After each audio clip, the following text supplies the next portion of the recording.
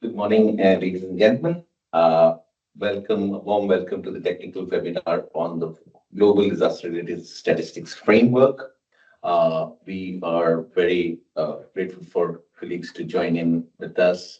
This is being co-organized by all the regional commissions, though we are hosting here with ESCAP, UNDRR, but also with the engagement of UNECE, ECLAC, ECA, and ESCWA, and of course the Comprehensive Foundation, or DESA, the Statistics Division of DESA. So a warm welcome from our side. I will not go into too much details on this because you will hear a lot of details and a lot of interesting technical information. So let's, keeping in with the time, I'll call on Tirapong from UNESCAP's Statistics Division to give you a first opening on the opening remarks. Thank you very much, Rahul. My name is Tirapong. I'm statistician working for ESCAP Statistics Division. But with my opening role here, I represent co-chair of the interagency expert group on disaster-related statistics. And I would like to again welcome everyone to this technical webinar. I believe everyone who have joined or will be joining very soon have received the global consultation on the draft of the global disaster-related statistics framework, and this is first of the series for the webinars that we are going to support the consultation processes towards the submission to the United Nations Sustainable Commissions next year in March in New York. And in particular, this session would go slightly deep dive into all the chapters of the framework with the objective of providing technical overview of each chapter. So over the next 2 hours, we're going to zoom into each of the chapters, recognizing that we might not be able to touch upon every single important aspect of them within 120 minutes, but hopefully it would provide enough understanding to support all of you who are wishing to provide feedback to the global consultation. And if you visit this technical webinar website, you would also see the link to our chapters, including the link to the feedback forms. And so I would really encourage you to have a closer look at them. And if you have any questions, we would have a Q&A segment in each of the chapter block here over the next 2 hours. So feel free to raise your hand or type your questions in the chat box. We would be able to get back to all the questions. And if you want to share your experiences during the next 2 hours, please feel free to do so. So I hope it will be much engaged in the next 2 hours. And for those who would like to repeat the session, we have another session towards the end of the day, Bangkok time, and every webinar we usually recorded and will provide a link to everyone on the webinar website. So with that, moderator, thank you very much. Thanks to you, Tirapong. My apologies, I didn't give you a formal introduction. Somehow I thought you're the superstar everyone knows, but that's Tirapong for you as he self-introduced himself. So moving on, we'll now go on to the an overview of the consultation process that will be given by my ex-colleague in my office in Bonn, but still my UNDRR colleague, Juan Shea, who's our statistician based in our Bonn office. Juan, please, you have the floor. Thank you very much, Rahul, and thank you, Tirapong, for the opening introduction of the technical webinar today. And dear colleagues, a very good morning from UNDRR. My name is Xuan, and I work as a statistician in the Bonn office. For the next couple of minutes, I would like to quickly go through with you the consultation process and perhaps a little bit of the background of the first few chapters of the framework.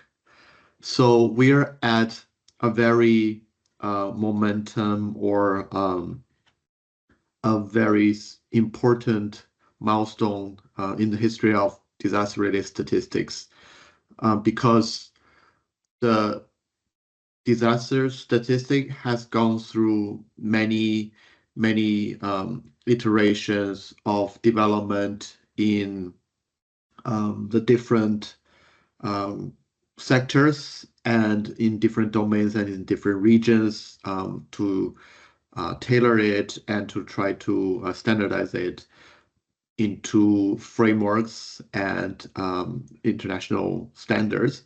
But this is the first time that a global effort was being put together across all the 5 different regions or the regional economic commissions of this world, and also include technical organizations such as UNDR to create a truly universal framework, which is built upon years and years of effort and previous endeavors and initiatives. One of them, no less, is the ESCAP disaster-related status framework, one of the pioneers of such approaches to create a global framework to monitor and to evaluate the disaster's occurrences, impact, and its DRR activities. So the process also involved not only national statistical offices, but also national DRR agencies, the climate change community, the GIS community. So it's not only a global effort, but also a cross-domain and cross-sectoral effort as well. The framework is created under the mandate of the Statistical Commission, which started the work in 2017. And in 2018, we created the interagency expert group on disaster-related statistic, or in the acronym called G-DRSF, which oversees and coordinates in the world about the development of a common statistical framework.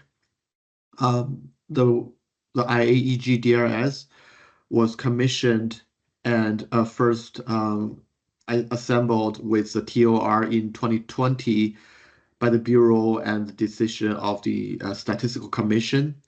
And ever since, it has conducted work by hosting side events and reports to the Statistical Commission of the DESA, and also to every year since 2021 to have a global expert forum, which is the main flagship event in the field of the disaster-related statistics, to create a platform and a forum for member state and specialized organization alike to exchange experiences and challenges in using and producing disaster-related statistics, including risk, impacts, and DR activities on better align the use and the production across all these DRR domains. And finally, building upon this many years of coordinated work, in 2024, at the end of 2024, the drafting of the framework has initiated, which go into the whole process of this year. And finally, we have very happy to present in front of you this Global Disaster-Related Statistics Framework, or the G-DRSF, at this critical juncture with the global consultation happening this month. So that is why we really appreciate the input and really welcome and encourage the input from you to lend in your expertise to help us better prepare and better refine the global framework.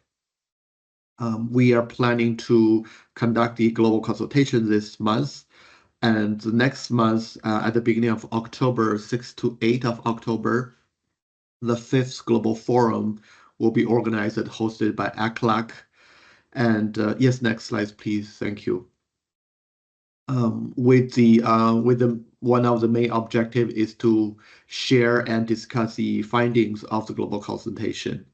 The period of the global consultation is starting from the end of August to end of September, and the approach will reach out to most of the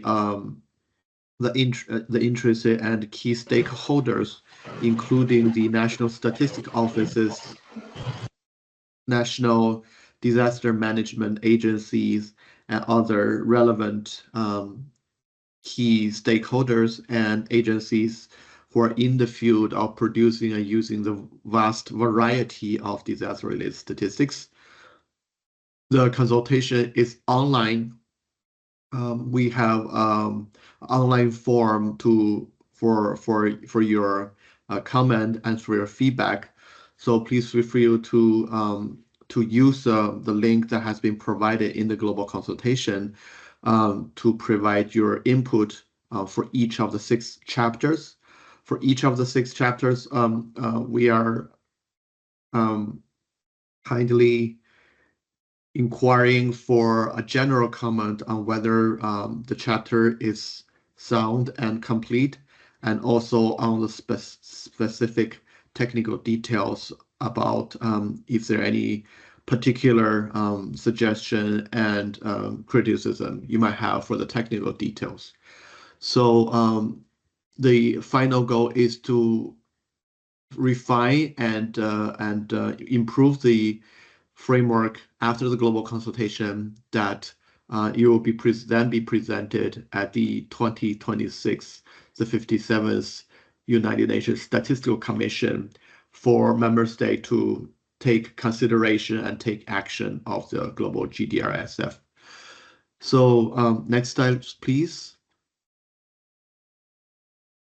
Okay, so if I may, for the chair and the moderator, I will just quickly go through the first few chapters of the G-DRSF, specifically touch base upon the chapter 1, which set the overarching background and the need for the global statistical framework, on chapter 2 on the conceptual framework, and chapter 3 on the implementation ecosystem.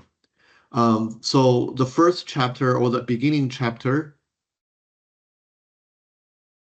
is the setting the background of why do we need to have this framework in the first place.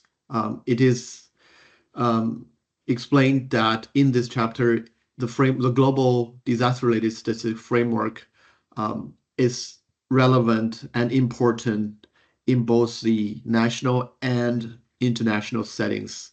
In the national setting, it helps to develop the national strategies for the development of statistics, and also assist in the creation of national DRR strategies and plans.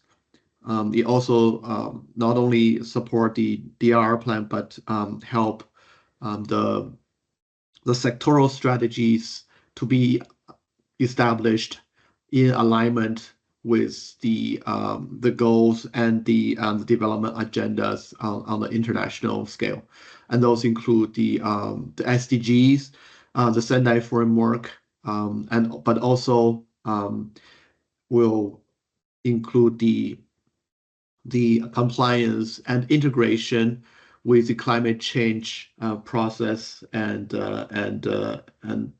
indicator sets, such as the ones that are extrapolated and mandated by UNFCCC processes, as well as fitted into the overall statistical systems that the statistical commission of the UN has been promoting and supporting over the years.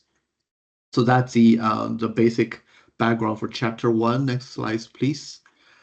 For chapter 2, it touched base upon 3 key areas of the conceptual framework. First is the layout of the framework of the disaster-related statistic, which I'll come back a little later.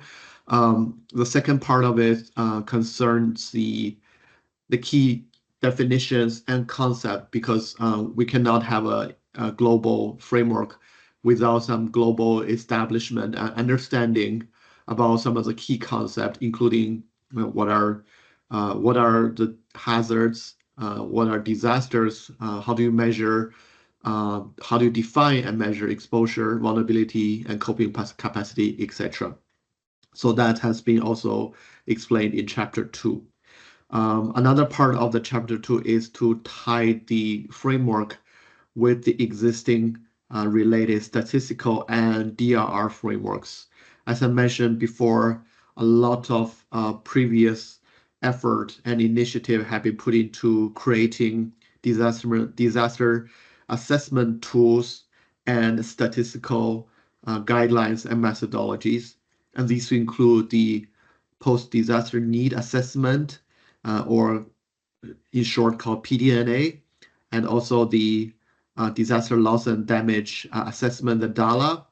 ESCAP has created the disaster-related statistical framework, with ACLAC has published the guidebook for disaster assessment, as well as ECE has the recommendation on the official statistic in measuring hazardous risks, in measuring hazardous event and disasters.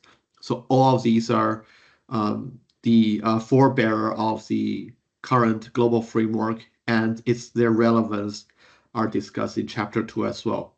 The chapter 2 also created this the overall establishment or the association between the statistical framework of disaster with other frameworks, such as important ones, such as the system of national account, the SIA, the FDES, and the global set, etc. And finally, as part of the key definitions and classification, the international hazard classification systems were discussed. This includes the hazard information profile, the WMO published categorization of hazardous event, and the IRDR peril classification. So next slide, please. And finally, for chapter 3, it discussed the implementation ecosystem, which involved in the information need in the international and national context, the data ecosystem for DR activities, and most importantly, the roles for NSOs and DMAs, their collaboration, their strengths, data challenges, and good examples of how to establish a national system. So this is also covered in chapter 3. Next slide, please.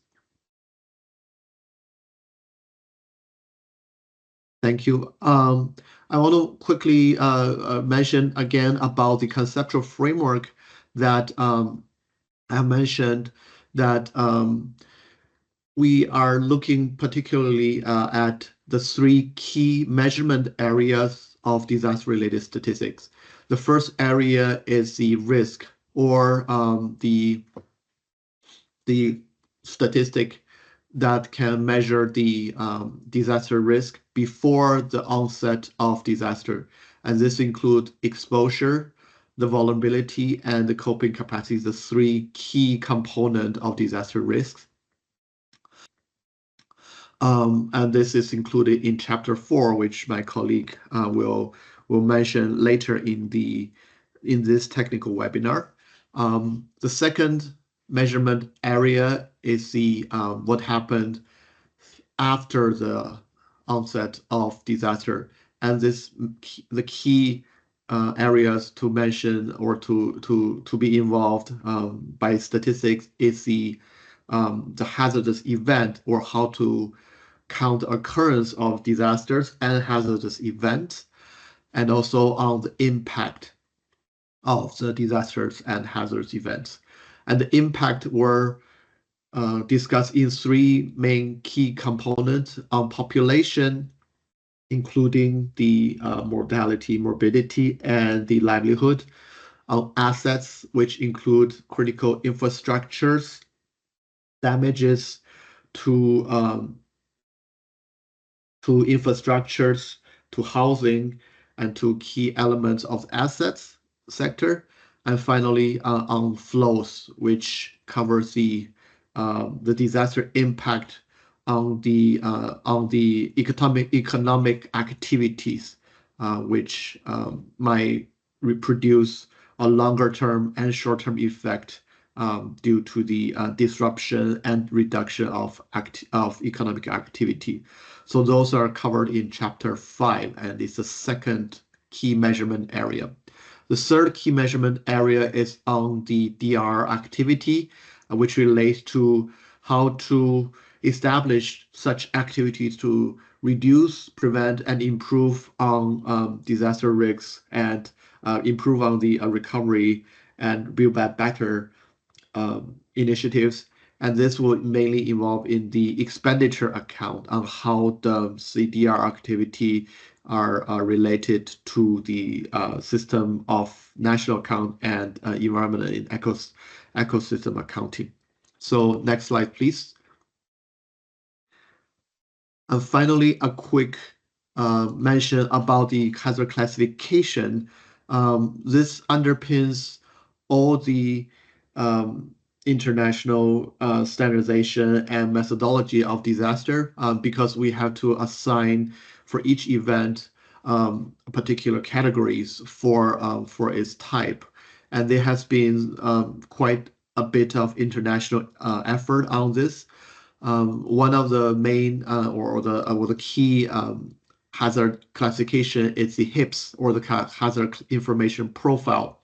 It was first established in 2021, anchored around the General Assembly definition to define hazard in an international standard. And most recently in 2025, after 3 years of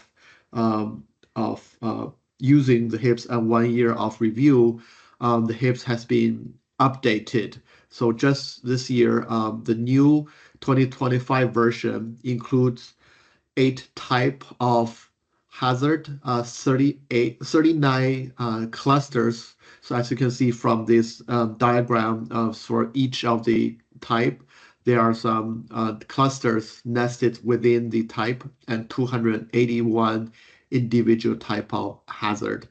This new update focused on the multi-hazard context of the disaster in an effort to enhance the scientific understanding as well as improving the use of hazard profile.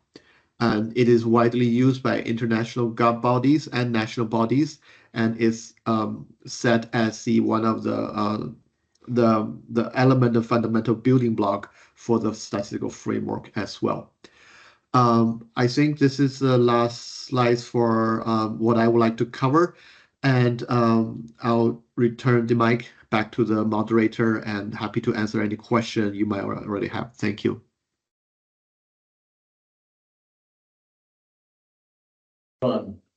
So now we will open the floor for the colleagues to share their questions and comments on specifically on chapters 1, 2, 3 that Joan presented.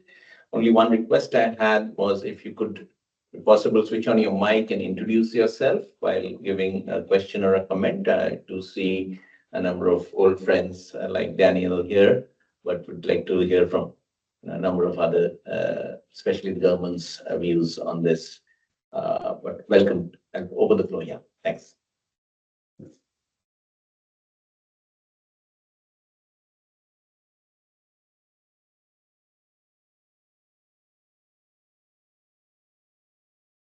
You can raise your electronic hand.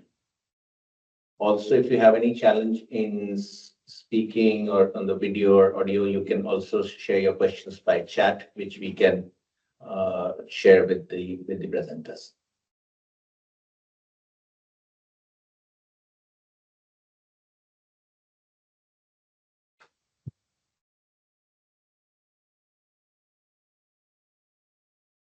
Really, I can break the ice, just Sure, please. a few words here. And thanks, Sean, for a very good overview of the first three chapters.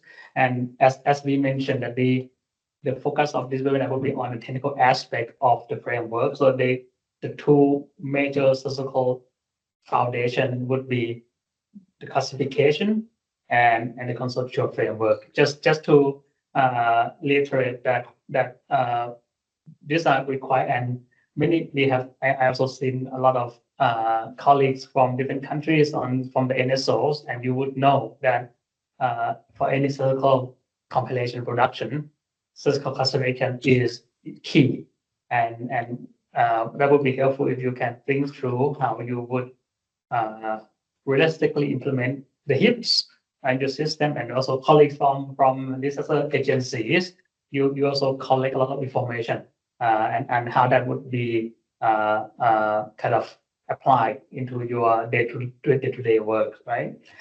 One thing that I also want to emphasize is that within the global disaster-related statistics conceptual framework, any intangible aspect of disaster impact or loss are not included. Just want to emphasize that if we think of any, for example, non-economic loss is not included in the scope of framework at this point. But I want to emphasize that exclusion, statistically speaking. And if you look at the HIPs, you would also see that some of them are so-called like traditional events that you would consider disaster, like hydromet events, geological earthquake, volcanic eruption. The HIPs also includes events that are encompassing. If you look at environmental degradation, forestry issues, cyber hazards, infectious diseases, and this is not only COVID, this is everything that is diseases to human and animals. We also include societal kind of events like conflict or economic crisis, any kind of behavioral events like violence, for example, that's all included in the HIPs. So the scope is quite wide. It may have some implication for the compilation or may not. So that's something to think about. And Tirapong, may I add to something? Yeah, please. Please, John. Okay, thank you. So yeah, thanks for introducing the HIPs.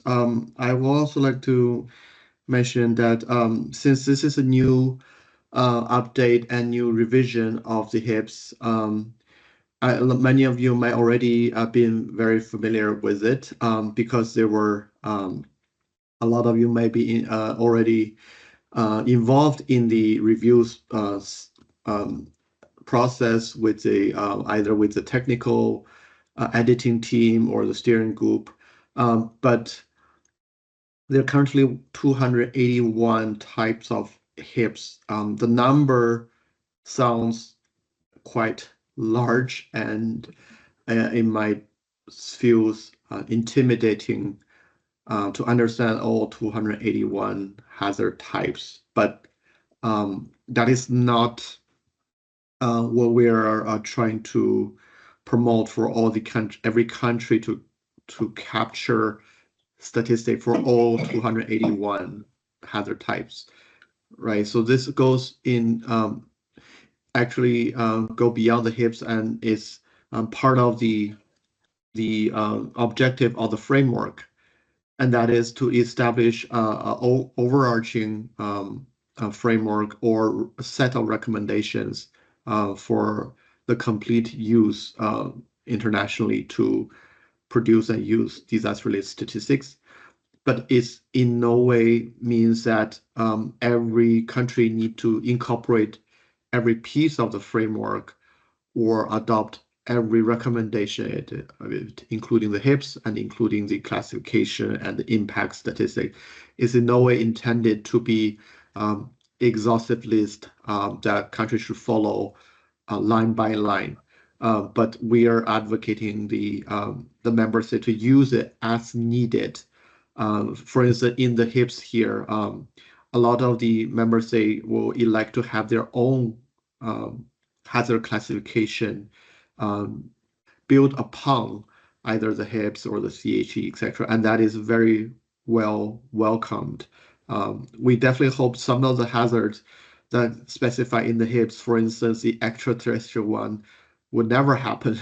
So finger crossed that we hope the definition of some of these events would not occur. And that's why we're not advocating for every use of the HIPS or every line-by-line use of the framework, but rather to hope that the framework can be utilized in the part that is appropriate for your national scenario and situation. And that's what we are trying to achieve here. So thank you.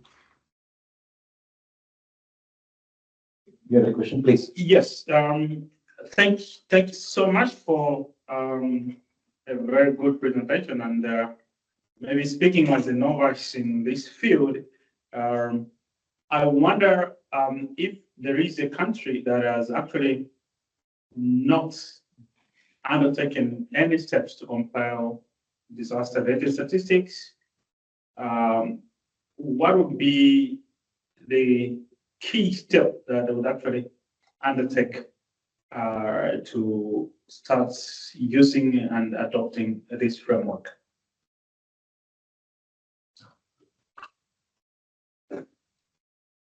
Question for Juan?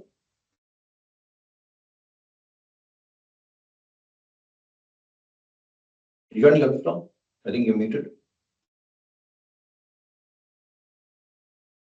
Sorry, I was also reading the question in the chat, and Oh, okay. and a little But you bit. can first take his question, and then we can go to the chat question. Okay. Sorry, Alex, can you quick repeat the question? Okay. Thanks again. I was saying that for a country that has actually never compiled disaster-related statistics, and they're looking at this framework as a milestone to start this work, what would be the key things that they would actually really need to consider before adopting this framework? Okay, great. Thank you very much.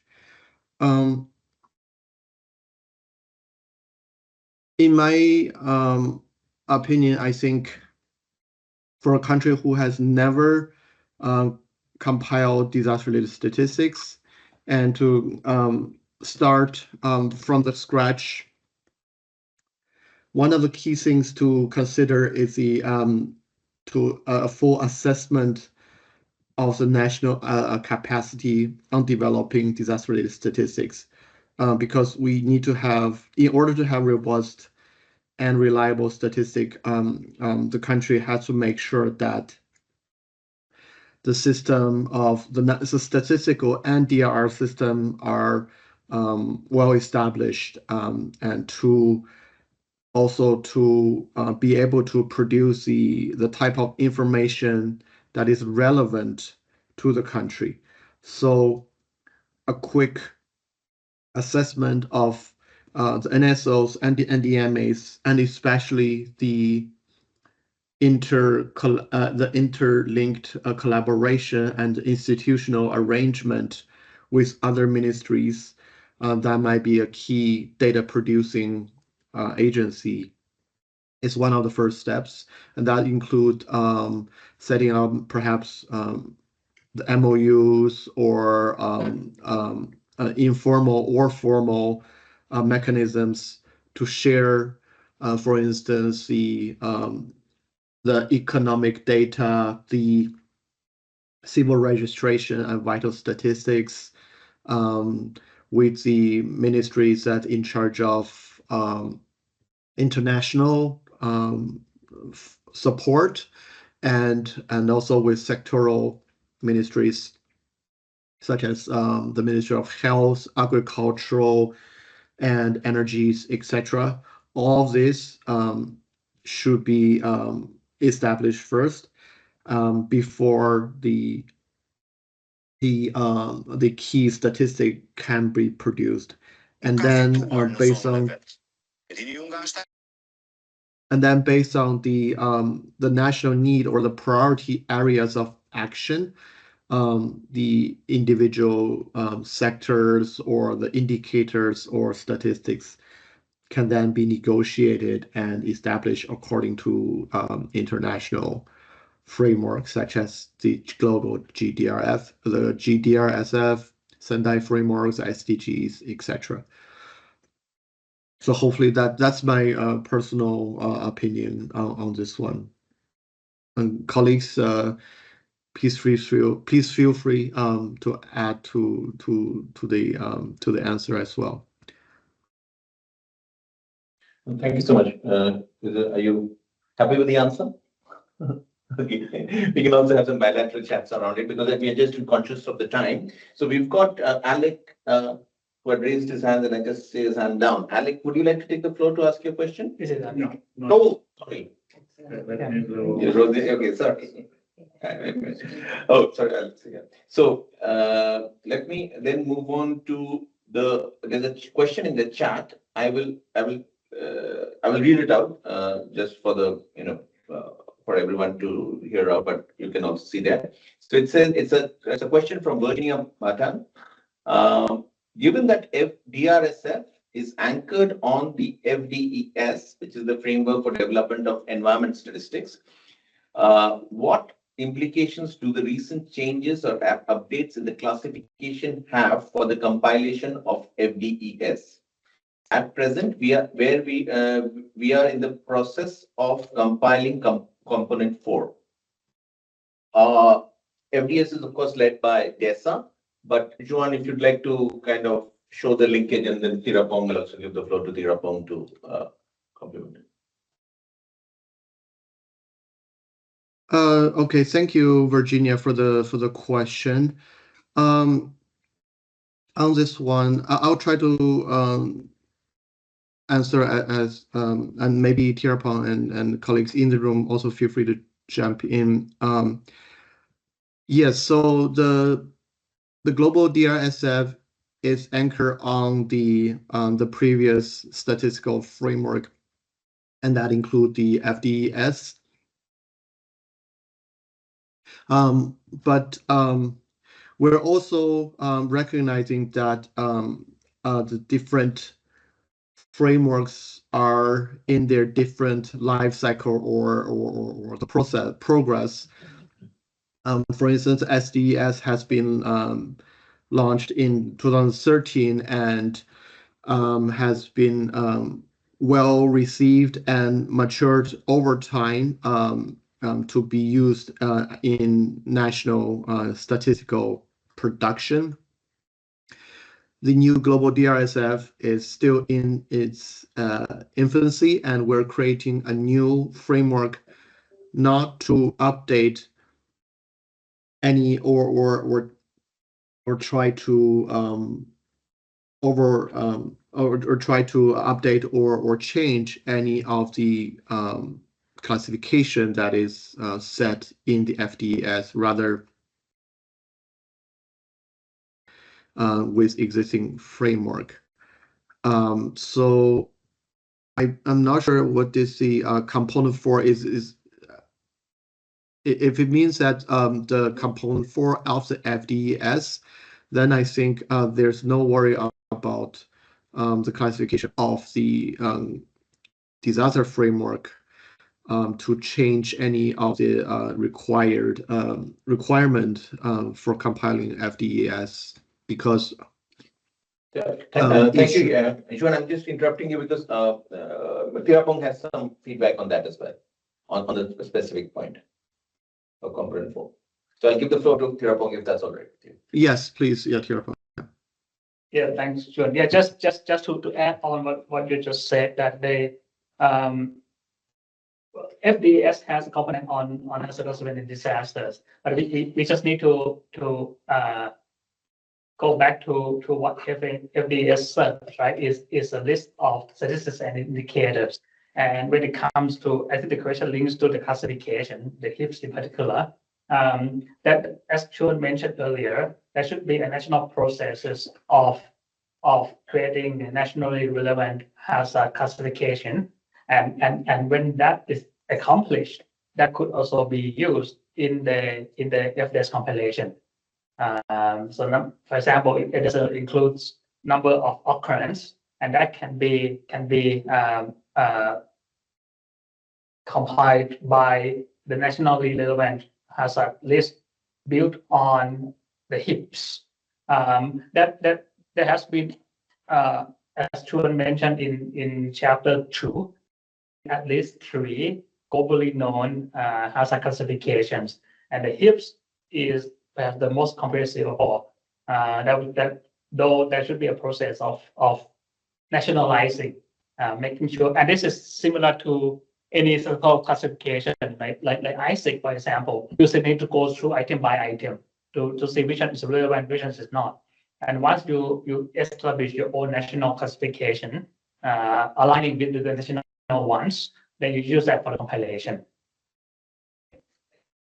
Thank you so much, Tirapong. And if I may just go beyond my mandate of the moderator and share that, the language is also a very important aspect in hazards, because, from my experience of working on the monitoring of the indicators for the SDGs and the Sendai framework, many countries are, of course, reporting on other UN languages.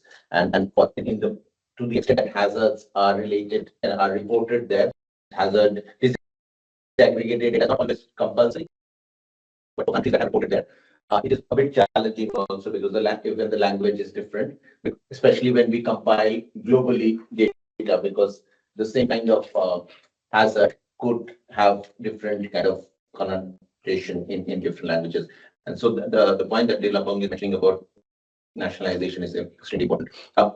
We also have some very important comments in the chat. I really encourage you to have a look at that. Especially Daniel, making a very, very strong comment. I'll not go through it. It's not a question, but please, I would request colleagues to go through the points that Daniel has made. Then, if there are no further questions, I will move on to the next part of the. That's actually one.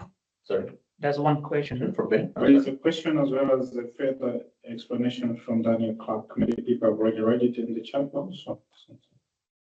Sorry, I thought that was a comment, but Okay. that I went through. But I'll let Daniel. Daniel, do you have a question, specific question beyond the comment? Please feel free to take the floor.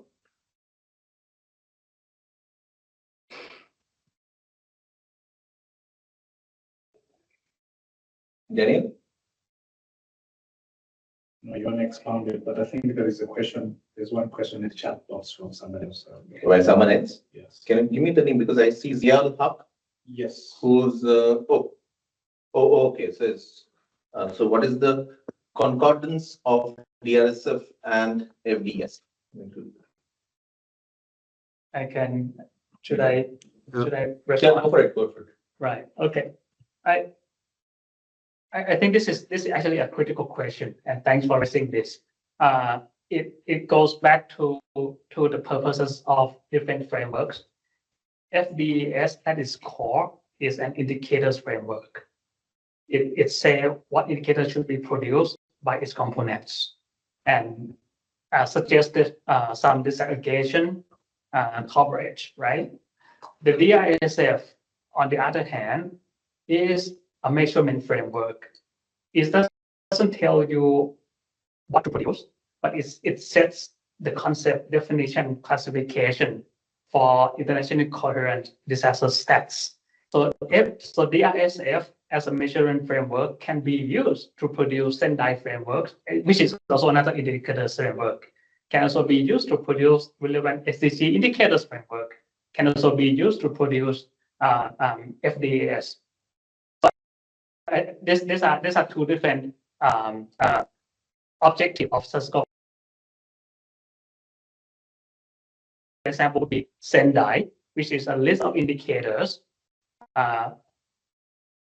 DRSF wouldn't, and you would have gone through the draft chapters. There is no suggestions on indicators. These are measurements on how do we measure slow onset events? How do we measure sudden onset events? How do we measure impacts? And those statistical foundation can be used to produce Sendai indicators, for example. So I think this is a great question, and that distinguishes different statistical frameworks out there. Thanks, Tirapong. Please, sorry, go Rahul. Is that Okay. Yeah, thanks, Rahul and Tirapong. I see a lot of interest in the linkage between DRSF and FDS. Just to add to what Tirapong has explained very well, that we are not trying to create another competing framework here as global DRSF, because what has been categorized in the FDS and Sendai framework can be enhanced through DRSF. For example, the FDS component 4 and Sendai framework ABCD all concern the impact of statistic and is categorized based on personal or people's impact in FDS, for instance, number of people killed, injured, homeless, affected, etc. And those are also the categories for Sendai framework target A. So the DRSF is created not to set new targets or new indicator that's in addition to Sendai or the FDS, but the main objective is to improve the tracking of this indicator on how national offices can work together to define this indicator better, to monitor and to produce statistics for this indicator better.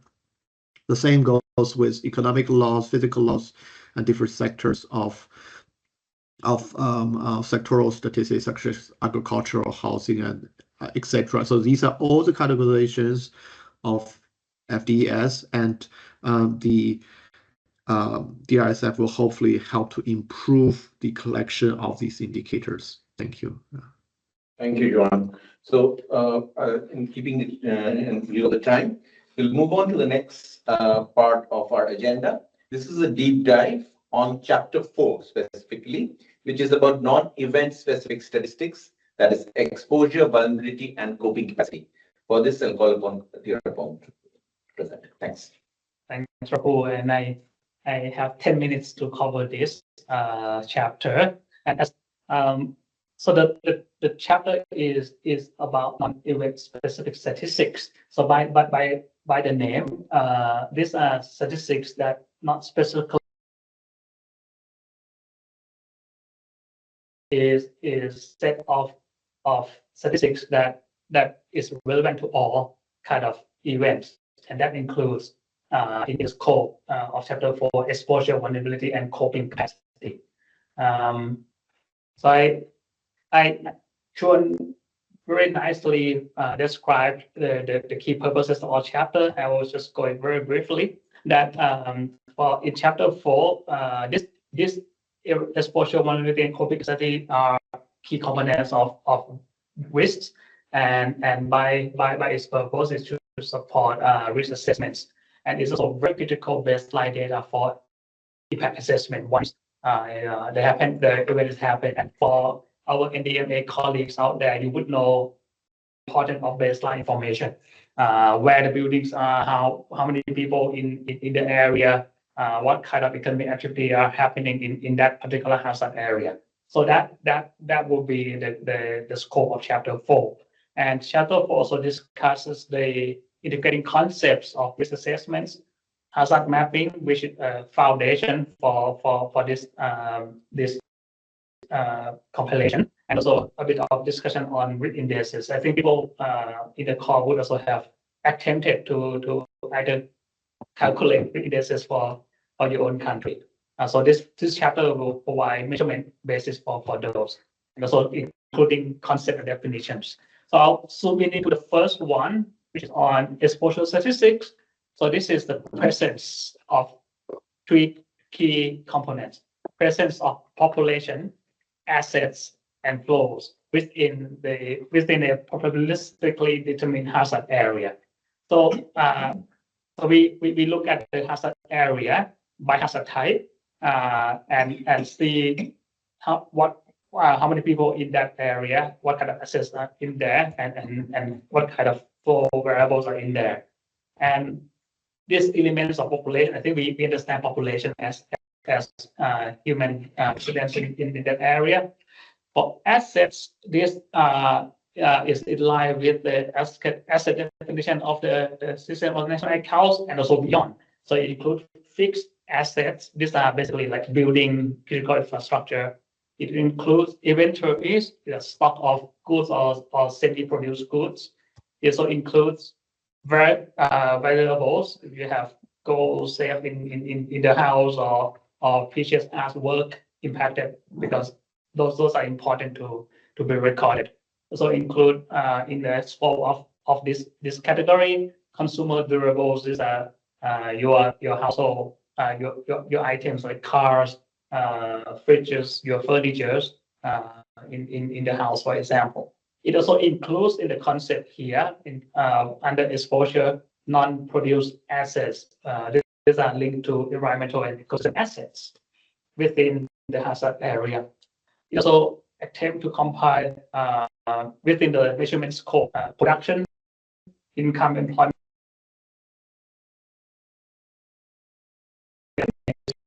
services.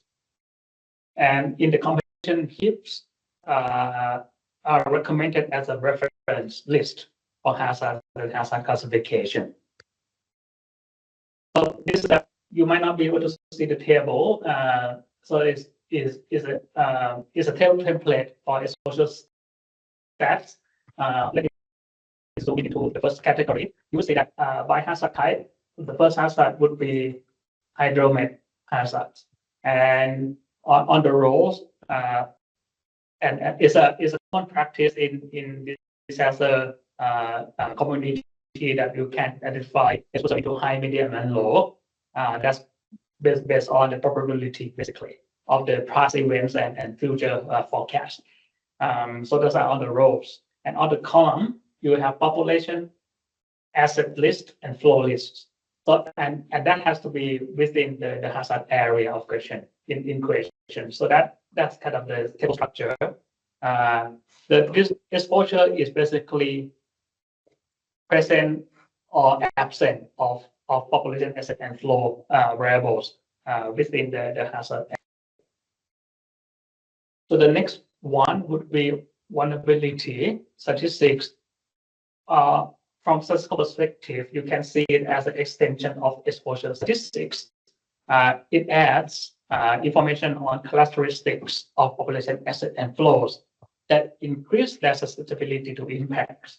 And these characteristics would be depending on what population group you're talking about, what assets you're talking about, what flow. For example, population can be one characteristic might be their age, that children and elderly may be more susceptible to certain impact compared to working age population.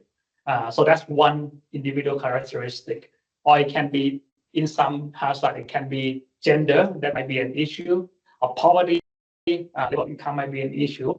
For asset, it can be the build quality. So if your house are not built with strong materials, and that would increase your susceptibility to impact. Or the building is not earthquake kind of proof, so the quality is not there, so it increases the vulnerability to one specific hazard. Characteristic can be also combined. For example, you can look at urban poor population. look at indigenous women, for example, and also that applies also to asset and flows, right? And as you can imagine, the list of characteristics would be very long. So the selection of characteristics would be depending on policy interest and data availability. The vulnerability of flows are conceptually included in the global disaster related statistics framework. For instance, if within a hazard area, there's only one service provider providing one particular service. If something happened to that service, then the entire area would be susceptible to the impact because you would lose that particular service. But this one is in the research agenda of the framework to provide further guidance on how to measure vulnerability of flows. And the table is very big, but if we zoom in, you will see that the table, the template looks very much like the exposure statistics table, but we add characteristic of interest and the population, asset, and flow. And again, we do it by high, medium, low exposure by hazard type. And the last component of chapter 4 would be on coping capacity. And by definition, coping capacity include resources and interventions that boost the resilience of households, businesses, communities, regions, or countries at large. So in the past, there seemed to be some confusion surrounding one and coping capacity, that it might seem to be the opposite side of the same coin. And in chapter 4, there's a clear measurement description that these two concepts are independent. So by saying that one population group or one asset or one flow might be highly vulnerable to one hazard, but they can also have very high capacity as well. For instance, if your house is built with very weak structures, but your house have house insurance, then you can be highly vulnerable in terms of the house as an asset, but the house itself as an asset would have high coping capacity statistics score. So they're not exactly the same opposite there. So it goes down to households, communities, businesses, and go up to the country level. So they, in terms of the coverage in chapter 4 for coping capacity, it includes institutional preparedness and households preparedness, and some of the DR activities will have some overlap with chapter 6 that we're going to discuss later. So that they similar to exposure and vulnerability statistics, there's table templates for coping capacity, and these are really suggestions when it comes to specific factors to be produced or monitor. So that has to be the collaboration mostly between the MDNA and NSO to come into to agreement on the list of coping capacity types to be produced. These are some of the key aspects that we know are important. For example, multi-hazard early warning system will include coping capacity, monitoring forecasting system, some emergency evacuation facilities, and in terms of the training to officials and personnel. And as a household level, this will include whether household have an emergency plan, or if they have backup storage for food and water, right? And the list goes on. And a lot of disaster risk reduction activities are coping capacity factors. So risk prevention, mitigation, management, recovery, for example. So these are some of the key factors that country can consider. So the chapter provides a scope and definition so that the resulting statistics are comparable conceptually across countries. So that's for chapter 4, and I'll pause here for Q&A. Thank you so much. Tirapong, what I think your last comment was very important. This is the standardization so that we can have actually comparison across the board. I'll open the floor for about roughly 15 minutes, but depending on the questions that come in. Again, if you could raise your hand or provide the question in the chat.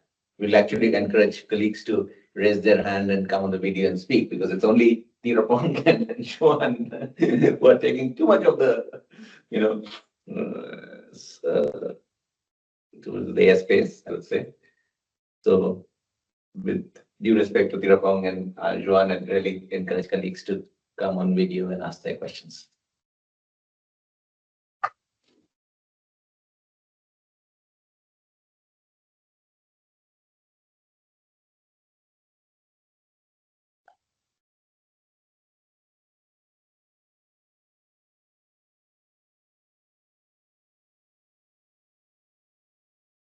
Yeah.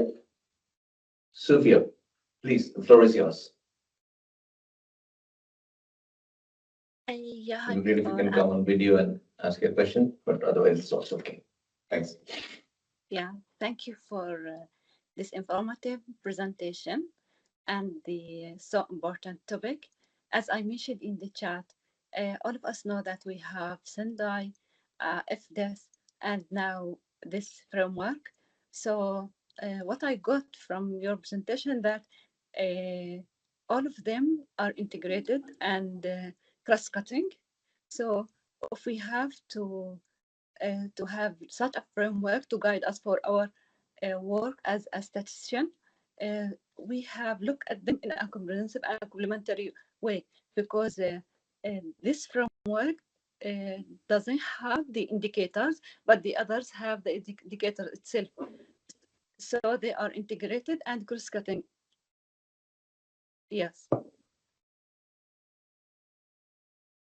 Yeah, thank you, and that's exactly the key aspect that I hope, as another colleague said, this is very important that we understand the objective.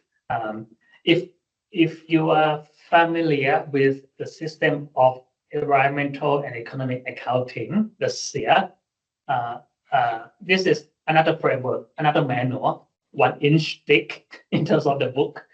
It also doesn't provide any indicators. Rather, it tells you if you want to measure interaction between the economy and the environment, this is how you can go about measuring them.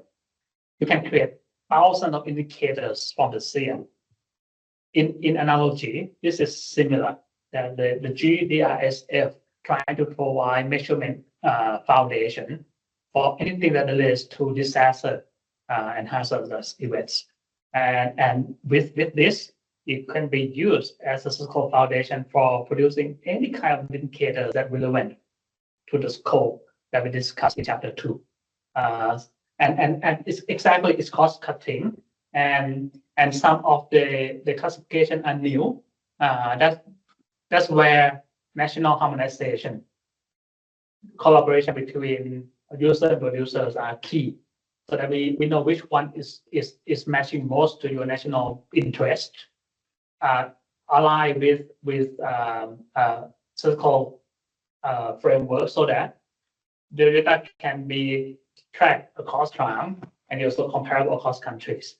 So I think that's exactly the point. And you will see when you read through the G-DRSF, as I think Chun mentioned, that there's no recommended indicators in there, because we know that there are a lot already indicators frameworks out there that you can use in monitoring a lot of key data. The GRSF would provide foundational concepts, definitions, so that they are consistent across countries. And if you don't mind, if I can again just jump my mandate of the moderator and just complement one point that Tirapong mentioned in terms of the Sendai framework. Then I'm seeking apologies from Johan because he is the UNDR focal point. because, Madam, you mentioned Sendai framework and the DRSF framework kind of in the same sentence. So I just want to kind of differentiate the two. The Sendai framework is a framework for disaster risk reduction. It is not about statistics. However, it has a monitoring system which with 7 targets and 38 indicators that has also been approved by the General Assembly, UN General Assembly. So the reporting for the implementation of the Sendai framework is through that monitor and which has these indicators.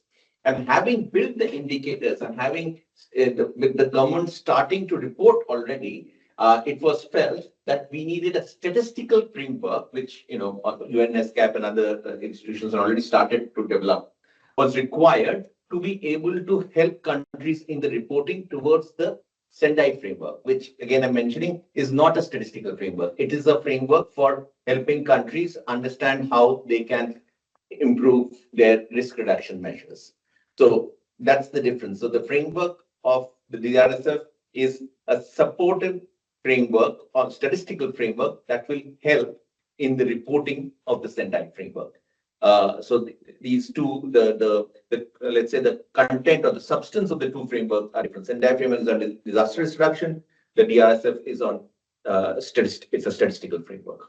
But the linkage is in this way. It helps in the reporting of the Sendai framework. However, the purpose is not only the reporting of the framework. That also we must keep in mind. It is to help the national statistical agencies and the system in general to have a strong statistical base for disaster-related statistics. Thanks. John, please.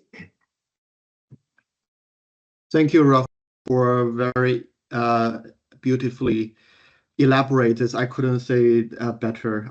So thank you very much. I just want to add to the colleagues' explanation and answer a little bit. Also, to mention that the G-DRSF is created in the hope that we will help country to further reduce their burden to report data and not to increase this burden to just create another international framework, another indicator set beyond FDS and Sendai. And it is exactly not the purpose of this framework. The framework is in one of the main objective or the hope is to help further reducing the burden or the confusion of creating disaster-related data.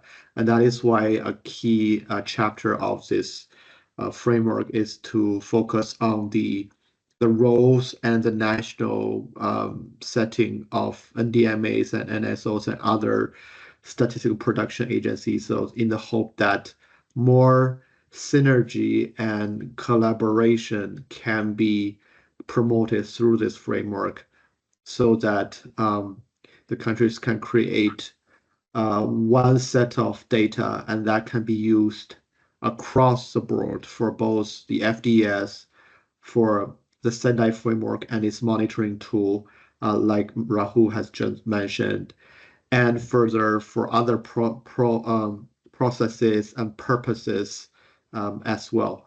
So the hope is that this framework, the G-DRSF, will help streamline the process so that the reporting burdens can be further reduced. So that's what I wanted to say. Thank you. Very important point, John. Thank you for raising that. The reporting burden and also to share that, in terms of this SDG reporting as well, that's another thing that we wouldn't take credit. The member states have taken cognizance of that. And so all data that is reported through the Sendai framework monitoring with the support of the DRSF in the future will also directly go into the SDGs. That means the countries will not have to report twice. So this is a very important point that, reporting is essential, but to the extent that it can be, consolidated, that not giving extra burden to the countries. So Sendai framework monitoring and the SDG reporting for anything related to disaster reduction, the reporting is only once. Thanks. Yeah, and if I put my compiler's hat on, when we say not creating further burden, what does that actually mean? Imagine, and I think it will be clearer in chapter 5. For example, if you are able to compile impact statistics table, as in the G-DRSF chapter 5, then only doing one table, you can use information in those tables to produce many indicators and updates. You can use the same information to report to Sendai. You can also use exactly the same information to report to SDG indicators. You also use exactly the same information to inform your policy action nationally. So by doing one table, that would reduce response burden, because then you don't need to create the same indicators many times, but you have one integrated table that you can pick and choose data in there and calculate indicators for reporting and monitoring within the country as well. Certainly, and by feeding that table, impact table into the Sendai framework monitoring, you're also taking care of SDGs, because then it's UNDRR as the custodian agency's responsibility to report or provide that data into the SDG format as required. So you only need to use that impact table to feed into the Sendai framework monitoring as per the commitments of that monitoring framework. Yes. So this is a very good segue to the next topic, which is on a deep dive on chapter 5, which is on event-specific statistics, occurrences, and impacts. I'll again call upon Kumtara Tirapong to take the floor. Thanks. Thanks, Rahul. Happy to do so. And now, if you look at the name of the chapter, now is event-specific statistics, and with a focus on occurrences and impacts. This is not about risk image. It's not about exposure monitoring COVID capacity anymore. This is the actual recording of events as they occur and in the impacts associated to those events. So this is really to understand the historical trends. We can use this one to inform hazard mapping as well, and also area at risk. And also, once you have this information, it should support the strategies, urban system and financing. It has two main components: occurrence statistics that captures frequency, geographic location, trends of hazardous events and disasters. It also includes the impact statistics, which are the extent and nature of the impact caused by those events. At this point, I think for our NSO colleagues, there's a clear distinction between hazardous events and disasters. I think our NDMA colleagues will understand this concept very well, but I think we can zoom into the discussion slightly later. And again, HIPs are recommended to be the reference list for the hazard classification. So we look at the occurrence statistics. It's really the count, it's the number of hazardous events and disasters that have occurred within the national boundary during a reporting period. And when we talk about events, there are three kinds of events. One is hazardous events without impact. So these are events that actually occurred, but doesn't have any impact linking to it. Second would be hazard events with impacts.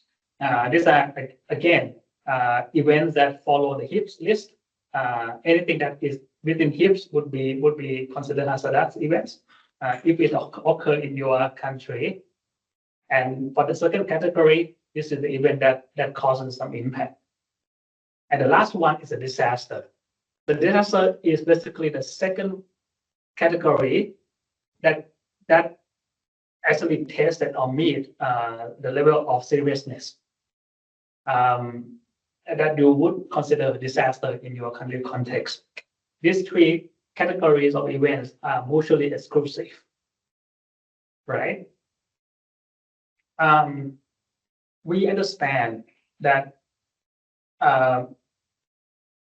different countries may define disaster differently, and that actually compromise comparability. And that is being recognized in the framework, and as part of the global framework, the global DRSF framework research agenda that we would provide a statistical measurement for what would be considered or identified as disaster, only for statistical purposes. With that, there is a policy level definition of a disaster, again agreed upon by UN General Assembly, that is actually guiding disaster work of UNDRR and also of countries. So that can be a starting point for the scoping operation. Some may wonder, if you have this event, how can they not have any impact? It's possible. You would have heard that you might have very small, tiny earthquake of 0.1 magnitude that doesn't cause any impact, but event occurs. So that will be recorded. You can also have big earthquake that bring all the buildings down. That would be either second category or the third if you consider them as a disaster. And in terms of the table template, you would see that on the rows are the 8 HIPS category, and the columns. And I think this is typical that disaster data are bottom up, right? Data are coming from the location of the event itself. So there are different geographic units here that cover your entire country or region. And if you sum them across the rows, the likelihood could also be that one event may cover 2 geographic units. For instance, if you have one big flood happening in your country that cover many provinces, then in terms of the counting of events at the national level, it's actually only one event, one very big event, cover maybe 5 or 7 provinces. But when we record in the table, it may cover geographic unit 1, 2, 3, 4, 5 as an individual counts. So that's why we have a second to last column called adjustment for multiple counting of events. So that would be a negative number. For example, if you have one event that covers 5 units of your country, 5 geographic units of your country, you would record it accordingly in the unit columns on the first 3 columns that you see. You sum them up will be 5, then you minus 4, then the total national total will be 1. But if your country already implement fully the disaster ID or hazard ID, then this is not an issue because you can compile based on the ID. So that would be the occurrence, and there's some recording principles here, which is quite simple. When do we count the event, right? So events are recorded in the reporting period in which they occur. If the event happened in 2025, you record in year 2025. But there's some issues that we should provide statistical clarity for any sudden onset event. This is a thing that events that happen very quickly and maybe stop in a very short duration. It's very straightforward because you can count it in one reporting period, for example, 1 year. But there could be events that spanning 2 periods. Like you have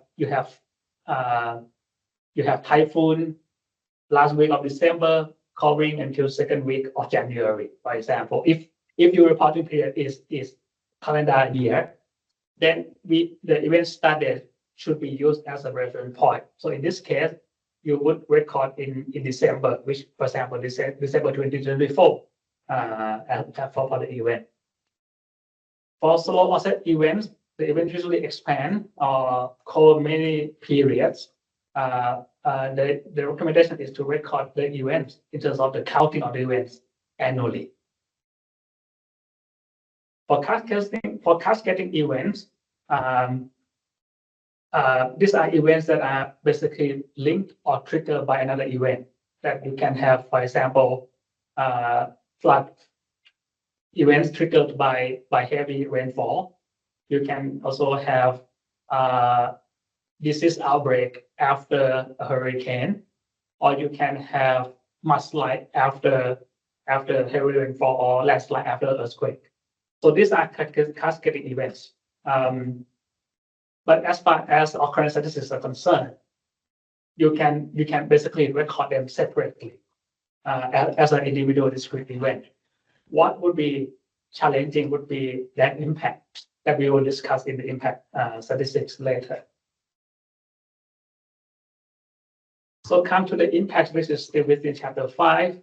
So these are observable consequences caused by hazardous events with impact and disaster. These are category B and C. By definition, it has to have impact. So A, which are hazardous events without impact, are not within the scope of impact stats. So these are impact that occur because of these two kind of events during a reporting period and within the spatial area and duration of the event. So impact components so include population, asset, and flows. And one note in the population impact is that long-term human consequences are excluded. It could happen that because of one specific event, that group of people that suffer psychological consequences for long term. So that are not included in the scope. Or because of one specific event, it brings people into a poverty trap. And that long-term consequences are not included in the counts. Assets, this include the same measurement scope as in exposure component. But in terms of the measurement we would call it damage. For flows is the loss and additional cost that we will go into the details slightly later. And that in line with the current country practices for the PDNAs that typically for events of significance, you would conduct PDNAs already. So this is a table template again for population impact. You would see that on the rows we have different kind of statistics in there. So casualties, deaths, missing, injured, section on population movement, evacuation, displaced, relocation, and so on and so forth. So disruption to employment, education, or livelihoods. So how many people lost their job? How many people lost their school day, work days, right? That's on the row. On the columns are 8 HIP types, and you would also think as a compilation exercise that if you do it annually, it could be that the very same person get impacted by several events. It can also be that the same events causes different impacts to population. That's why you will see adjustment both in terms of the rows and columns to avoid this double counting. But that requires additional information. If there is no additional information in there, then the unadjusted total could be the focus. And the next one is the table template for impact statistics. And this one you see damage, loss, and additional cost.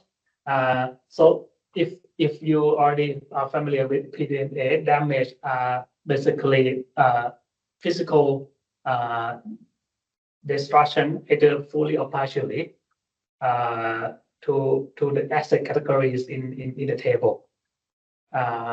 And for the loss, these are the production and services loss, and including other losses that results from the event.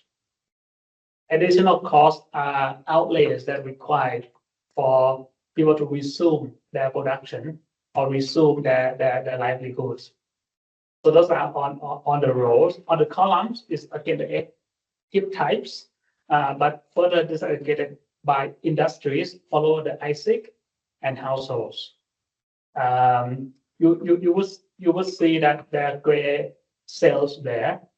So these grade sales are new by definition. For instance, and if you look at households column, they are grayed out for loss and additional cost because by following the system of national accounts, households do not engage in production. So households are final consumer, so they don't engage in economic production. If they do, and they actually do, they will be categorized as one economic activity following the ISIC. So that will be recorded in the column I by ISIC classification. So I just one very clear example. If I have my own farm and my farm is destroyed, right? Although the farm that I used to grow crops and then sell, I know that my farm destroyed. In terms of the recording purposes, we wouldn't record it as a household. We will record it as agriculture in ISIC, for example. So now some recording principle. Very obvious that impact should be attributable to the events that cause them. This is important that these two tables, occurrence and statistics, are linked.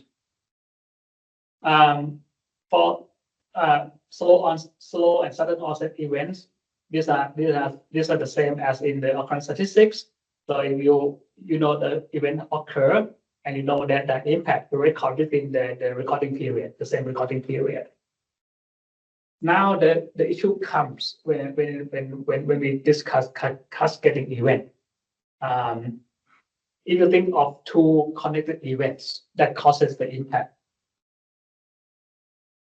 that set of events that you can actually attribute impact to individual events. For example, you have disease outbreak after a typhoon, and because the kind of impacts are very distinct, impact from disease outbreak wouldn't be the same kind of impact to the typhoon.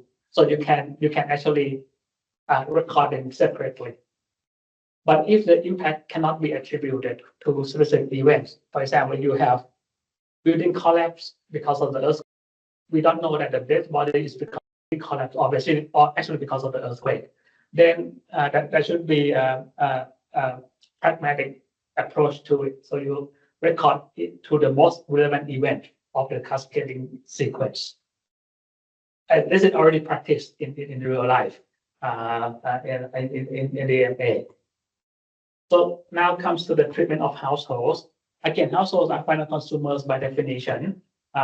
So we will record all the impacts on the household columns. But if they are producers, when it comes to damage, we will still record them as households. And this is because of the challenges in practical terms that some of the household items are shared, whether you are the consumer or producer. For instance, if you have your own shop and you use your microwave to heat your food, you also use microwave to serve your customer, they come. So the microwave cannot be distributed as household or industry. So they, by pragmatic choice, they should be recorded as a household. But for loss and additional cost, then they should be recorded under relevant economic activity. Now, I think this is the most important part of the impact stat in terms of the valuation. For damage, we should, as recommended in the framework, use the as-built replacement cost valued at a purchaser's price, purely prior to the event. And this should exclude any build back better cost, because we want to measure what was damaged. So it should be the cost of damage item itself.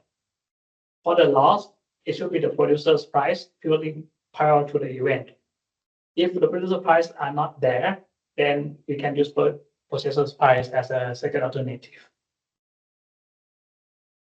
For environmental ecosystem services impact, so we follow CR0 framework and CREA. So there's a sort of recommendations in there in terms of the valuation. So that's our moderator for chapter 5. Sorry for taking 10 minutes. No problem. We are actually just about where we can break into a question and answer session, but we'll keep it short. And then maybe we go into the next session, which is the last session, last substantive session on DR expenditure accounting. And we can probably take on some of the questions from here as well then. So if there's any burning question on this particular session, which is a very important one that Pierre Bong shared, please, you have the floor.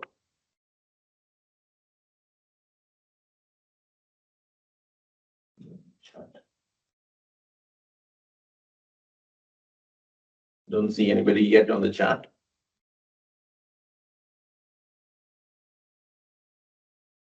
I can give you that offer again. So we can move into the chapter 6 on DRR expenditure accounting. And then at the end of that chapter, maybe, you can, that also gives you some time to think about the chapter 5. So you keep your questions ready to fire to Tirupong on both these chapters at the end of this presentation then. Great. Tirupong, you have the floor. Yeah. Thanks so much, Rahul. Happy to be short at the end. Yes, now chapter 6 on this as a risk reduction expenditure accounting. And Sean already explained very nicely when he covered chapter 2 and chapter 1. So this is really about understanding how much we have to spend on the DRR and where the money actually comes from, right? So this one would help in understanding cost benefits of DRR activities over time. And if we look at the individual impacts from chapter 5 and look at the risk component from chapter 4, combining with this chapter 6 on expenditure accounting, we would be able to evaluate the effectiveness of DRR intervention. Because by at the end of the day, but we do DRR activity just to reduce risk and mitigate impact. And when we compile information from this three set of disaster-related statistics, then we would be able to understand how effective we are in reducing risk. So in terms of the accounting, this might be closer to part of national accountant. And we follow so-called thematic accounts. And in the past, we would call them as satellite accounts of the SNA in terms of the approach. And the chapter comprises 2 elements of accounts. One is the expenditure, another one is transfer. And this is critical for understanding DRR financing. It records all types of expenditures or type of transfers in the economy undertaken with this risk reduction as their primary purposes within the reporting period. So if you have done any kind of satellite accounting or thematic accounting in the past, it follows very much the same principle of primary purposes. In a nutshell, when you conduct an activity, you have the main purpose. That activity may have multiple purposes, but if the main purpose is for reducing risk, the expenditure will be recorded under the DRR expenditure. But if the main purpose is not for the DRR activity, not for DRR purposes, but benefit DRR, then you wouldn't include it as at the sake of primary purposes criteria. And we develop these accounts using classification of DRR activities that we'll zoom into later. One important aspect that we should understand in DRR activity is the actors involving the activity itself. So first is the producing unit. These are the unit that supplies goods or services associated with the DRR activity. Second are the purchasing unit. These are units that procure or buy these goods and services and engage directly with the producer. The third one is the funding unit. This is the unit that finances the expenditure, and these finances can come from 3 main sources. One is the transfer, either grant or in cash or in kind or subsidy. You can also make loan or other debt instruments to finance the activity. or it can be the purchasing unit's own budget. So that would be the funding sources of DR activity. And the last but not the least is the beneficiary unit. These are the end user of the DR intervention. For chapter 6, we focus primarily on accounting for the purchasing unit who spend the money as in the expenditure account. And as for the funding unit, we focus on the transfer as an important financing for the RR. Additional accounts can be developed, and that is in the research agenda of the framework itself. So you see on the screen is the classification of the activities. Chapter 6 provides specific definition of each of them, and these are the foundation for the accounting compilation. So let me jump into the first account, which is the expenditure account. In columns, these are known to national accountants here. These are institutional sectors in the country, including the rest of the world. These are typical categories that we use in recording, for example, in the system of national accounts. On the rows, you will see block A, B, and C. So block A are recurrent expenditure, which include intermediate and final consumption, following the classification of the activity number 1 to 5. And these are consumption expenditure. Block B would be investment expenditure. So in the S&A term, is a cost fixed capital formation. And again, follow 5, they are activity classification. And the last one blocks the supplementary information. That can include, for example, land procurements that we use for the activity because they're not consumption and they're not investment by definition. Is a non-produced asset that we buy or we procure or we get it for DR purposes. And the total DR expenditure would be blocked and be combined. For the transfer, we use the same institutional sector, both row and column. And as you can see that they are in a systematic kind of table. The columns are transfer received by institutional sector, and the rows are those who make the transfer. If, for example, if you receive funds from country A to help with flood mitigation in your country, that will be transferred from the rest of the world to your maybe central government. It can also be transferred between states within the government. It can be transferred between financial corporation to households, for example. So these are in full encompassing in terms of the scope. When it comes to actual transfer accounting, the tables can be adapted based on the immediate policy interest, and that's the same for the expenditure accounting. I think that's all for chapter 6, and I just leave this slide on just to remind everyone of the global consultation period. That's going to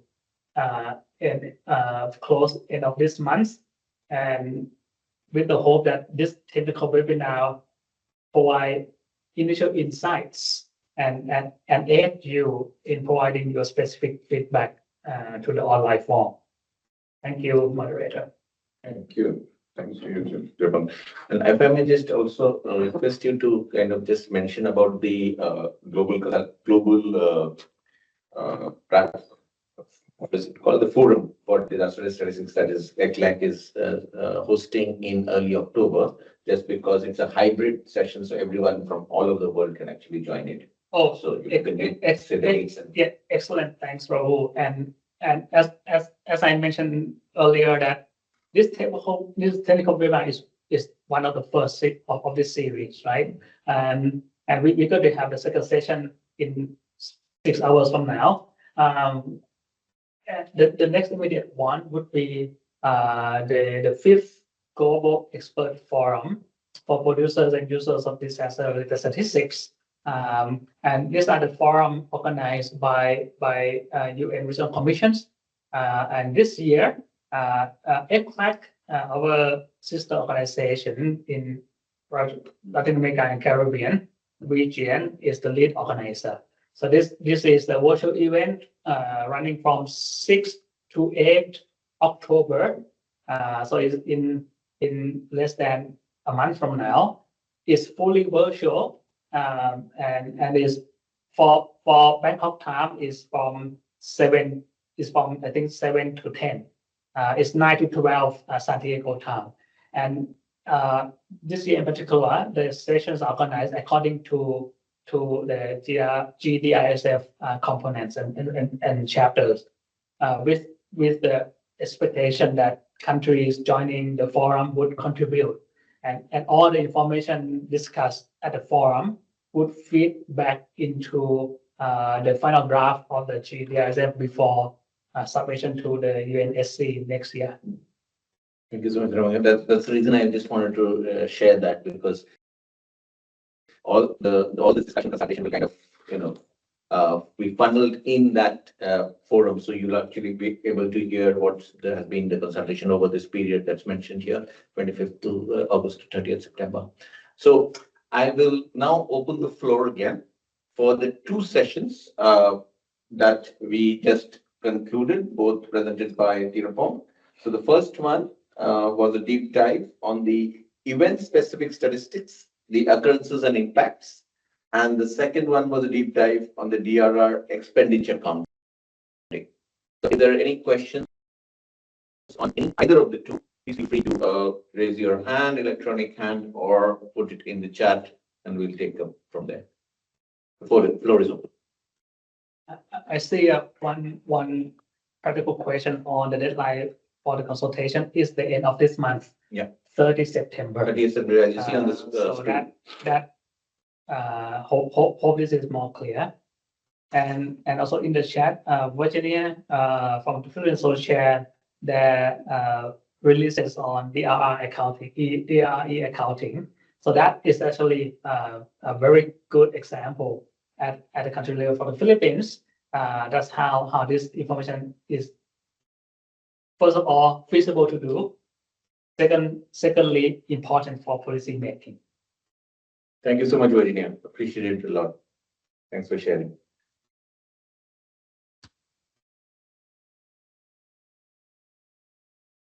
So, do we have any questions in particular? Can you just kind of just go through a bit of the first few slides, because I know there was a lot to kind of go through. So the chapter 5, just for your kind of ease of reference. So this is occurrence. Yeah. So just so you know what we covered in that particular chapter, it was about the occurrences and impacts. The hazards, which hazards we consider, when do we consider, what is the identification of disasters? Because when you talk to countries, different countries have different definitions for disasters. Some countries even call it emergency situations rather than disasters. So it's important to understand how do we define disasters itself, because hazards by themselves are not disasters. As for example, you could have a very low-key earthquake and have no losses, or in fact, you could have a very immense earthquake in the middle of the Sahara Desert and nothing would happen. Or in the middle of the Pacific, you can have a tsunami and there's no immediate effect because there are no islands, if there are no islands around that place. So it's important to see the relationship between the hazards and the impact of those on the vulnerable assets and communities which lead to disasters. So then we went through the occurrence of statistic recording and the sudden onset, the slow onset, treatment cascading events. Just a pointer here. I'm sorry, I'm again going beyond my moderator's role. Just to mention here, because you may also be involved in the climate change discussions. In that, also, you would hear a lot about slow onset events. Slow onset events in the climate world are seen a little differently in the sense that for them, the time, the main difference is in the time range. So there, the issues of slow onset events cover aspects of glacier melting, sea level rise, acidification, these which occur over a prolonged period of time, and then their effects are seen. Whereas in recording of this slow onset events, especially by the disaster community or the DRR community, they take into consideration droughts or which have maybe a month's periodicity, or even floods for that matter, that which doesn't happen like an earthquake immediately and can be in a matter of seconds. So that's important to keep in mind, because as Dheerapong is very critical in this case, that when you're reporting, what would be considered, because it's relative, it would be considered as fast onset, sudden onset, or a slow onset event. Thanks. Just to share these tables and the observable consequences. Again, I'm not going through all, but just sharing with you. So just to, in case you have any questions. Juan, I hope you don't have a question, but you have the floor. Yeah, thanks, Rahul. Not a question, just to complement on what you just mentioned with regard to the disaster-related statistics in the climate change processes. So another initiative that has recently been under the limelight is the global goal on adaptation indicator set, which has just been proposed through months of consultative process that was led by the Secretary of the UNFCCC. And in the new targets of the Global Goal on Adaptation, or the GGA list, there are 11 global targets, and 7 of them relate to the thematic topics such as water, health, infrastructure and livelihood, etc., with 4 on the implementation and the monitoring phase of the climate change adaptation cycles. And a lot of the disaster-related indicators were also included in the GGA proposed list.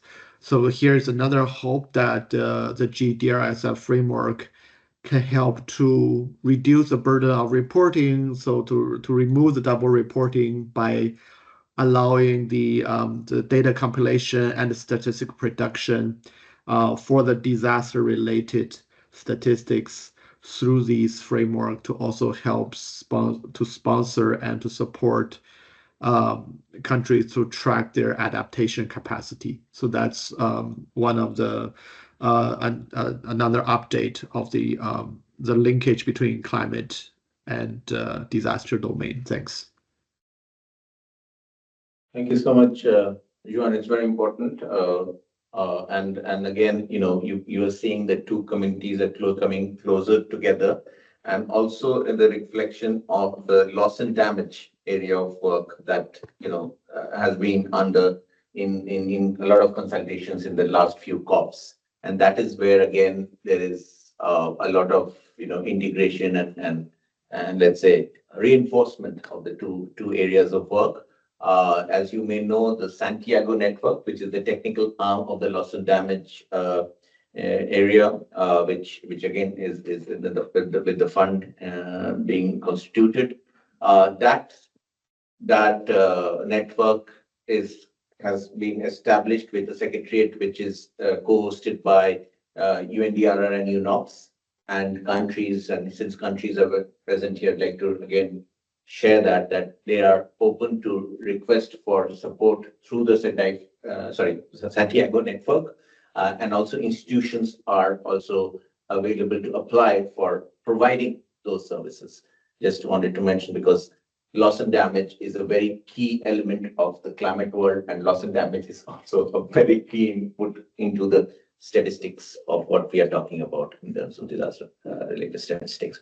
So that's very important. And I just wanted to mention another small point, and because it was referred that the non-economic losses are currently not being covered in the framework.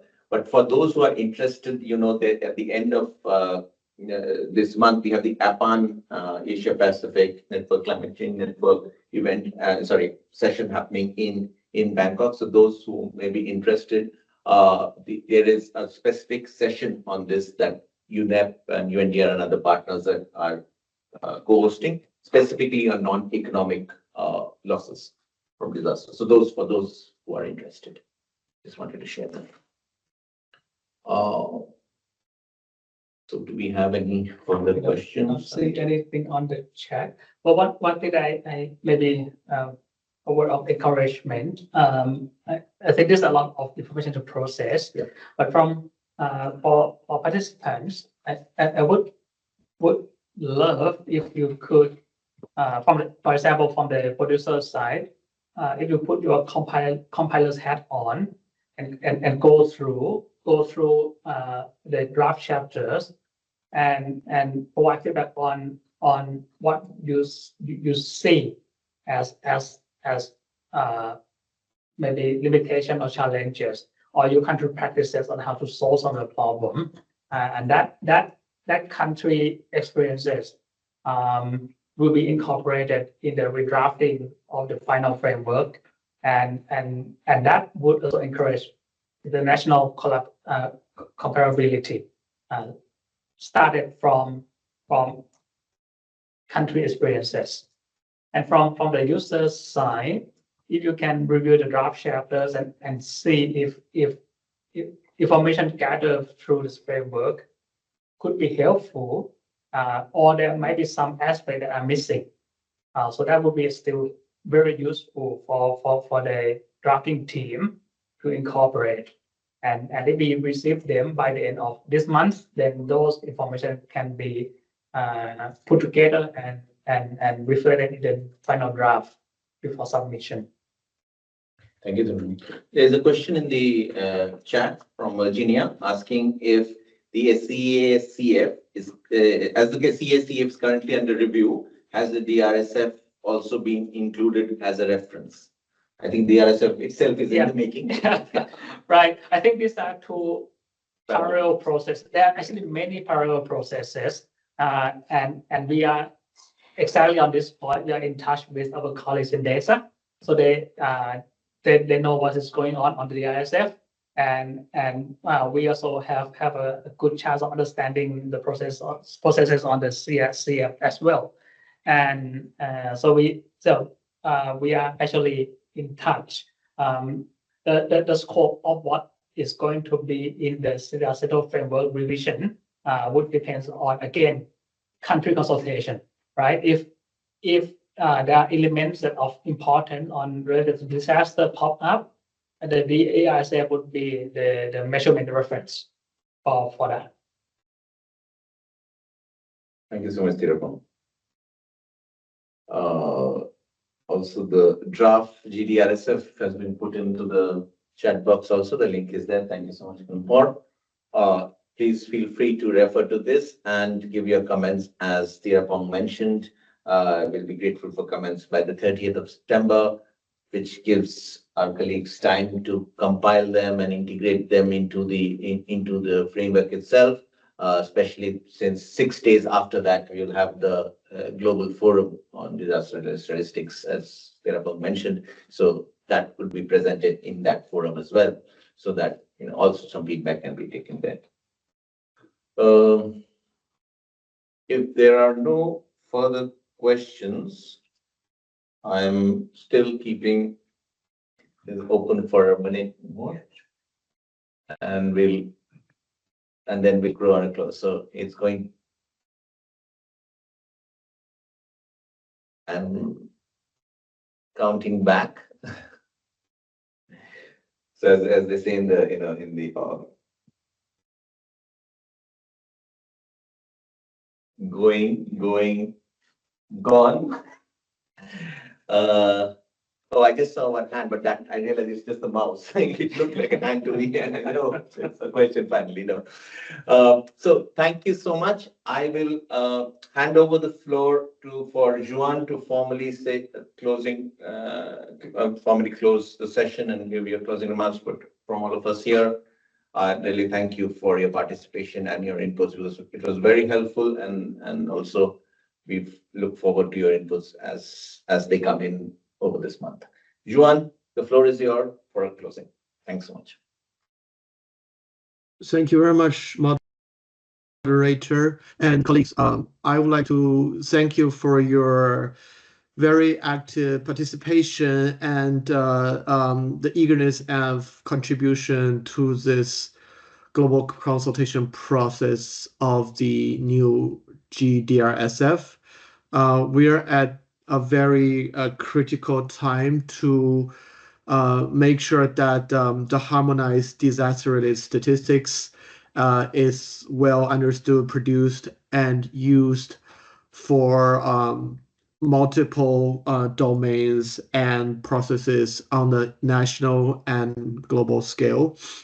And the G-DRSF stand here as a proposal to you, and also as a proposal for the commitment and the collaboration between the NSOs and DMAs, the sustainable development community, the geospatial community, and the climate change community. We all know that the disaster-related statistics are fundamentally a cross-cutting topic. It touches all corners of the practice and the policy making actions in reducing DRR risks and in operation. So through this new global framework, the hope is that it will promote the collaboration, and it will also foster the engagement of the users who are rely on these statistics to better to use the statistic more and to make more policy-driven decisions based on statistics and data. And to that, the sixth chapter of the framework will hopefully help the six very different aspects of disaster-related statistics, from the components to the classification to the three key measurement areas of risk, events, occurrences, and impact, and activities and expenditures. They're all interlinked, and they cannot be fully understood without each other. And that is why the framework will hopefully provide some guidelines and suggestions on how to produce the statistic and how to improve the whole disaster-related statistic data value chains. Throughout this webinar, we have heard your feedback and your input, and thank you very much for your kind contribution and your engagement. It is obvious that a lot of the interests were on the integration and the linkage between the G-DRSF versus the other established statistical framework, such as the FDES, and also on the production and the communication of the framework within the national setting.